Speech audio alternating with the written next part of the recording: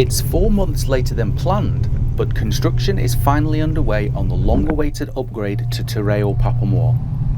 The work includes a new car park and cultural entrance that will tell the story of the coming together of 3 waka in the Bay of Plenty.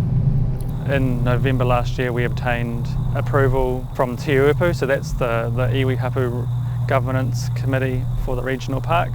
So that's got 4 iwi hapu representatives and 4 regional councillors on it. Once they provided their approval for the design, we then entered the consent stage late last year. We went through a resource consent application process in order to be able to do the works out here. And through that process, just due to the complexities of the consents that were required, it took a little bit longer to obtain those consents. Navigating lockdowns and supply chain issues hasn't helped either. We were also held up with the August COVID lockdown that happened late last year, and that pushed our program out a little bit as well. And obviously now with the current COVID environment, it's caused some further delays just getting the contractor on board. In particular, we've found it a bit of a challenge managing staff and actual resource on site, and also deliveries of materials to site. Obviously with people isolating and down with COVID itself, that's certainly been challenging, trying to juggle resource between our own sites. While construction of the new site takes place, the existing car park remains open as usual. So what will happen over the next few months will be the removal of the topsoil from the site and importing material from the quarry, the Popular Lane quarry just up the road here, and that will then form the base for the new car park. So the existing car park, which is just behind us down the road, that will remain open to the public. That doesn't have to be closed at all. There'll be nothing happening around that existing car park, so the park will still remain fully operational. From terraces and middens to defensive ditches, the park contains over 1,600 archaeological features.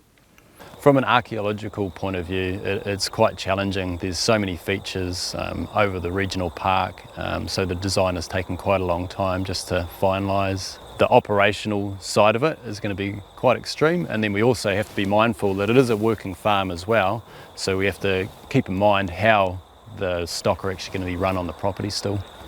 Disruption to locals will be kept at a minimum.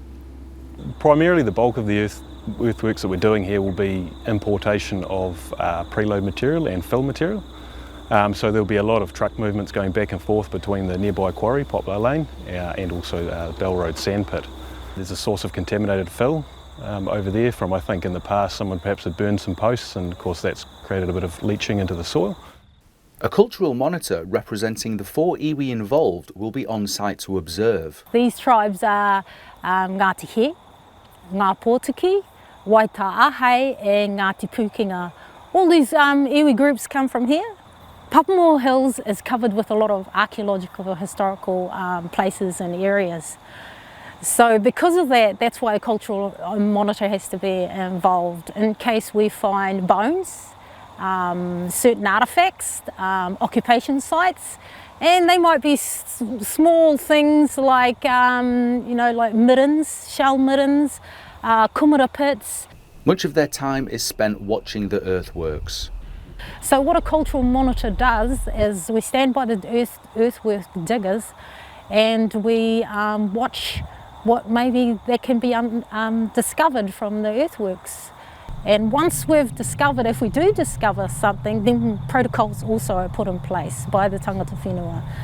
And if we do find something, maybe it goes into a place where it's stored, and that's a place, we still haven't got our museum yet, and that's placed in a shed. I think it's at Hewlett's Road at the moment, and so most of our time will go there until one day I hope we have a museum.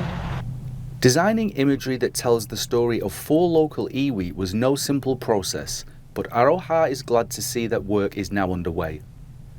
When you've talked about something for such a long time and you see the first step in the progression, it's like hallelujah, we're getting somewhere. There's always the complications of fitting in with, okay, council have their obligations, but Māori, we always have our obligations which have been set from tūwhana, from way back, you know.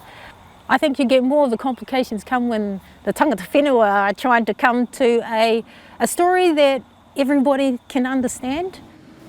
Provided there are no further delays, the new car park and cultural site will open next March. Gavin Ogden, Local Focus.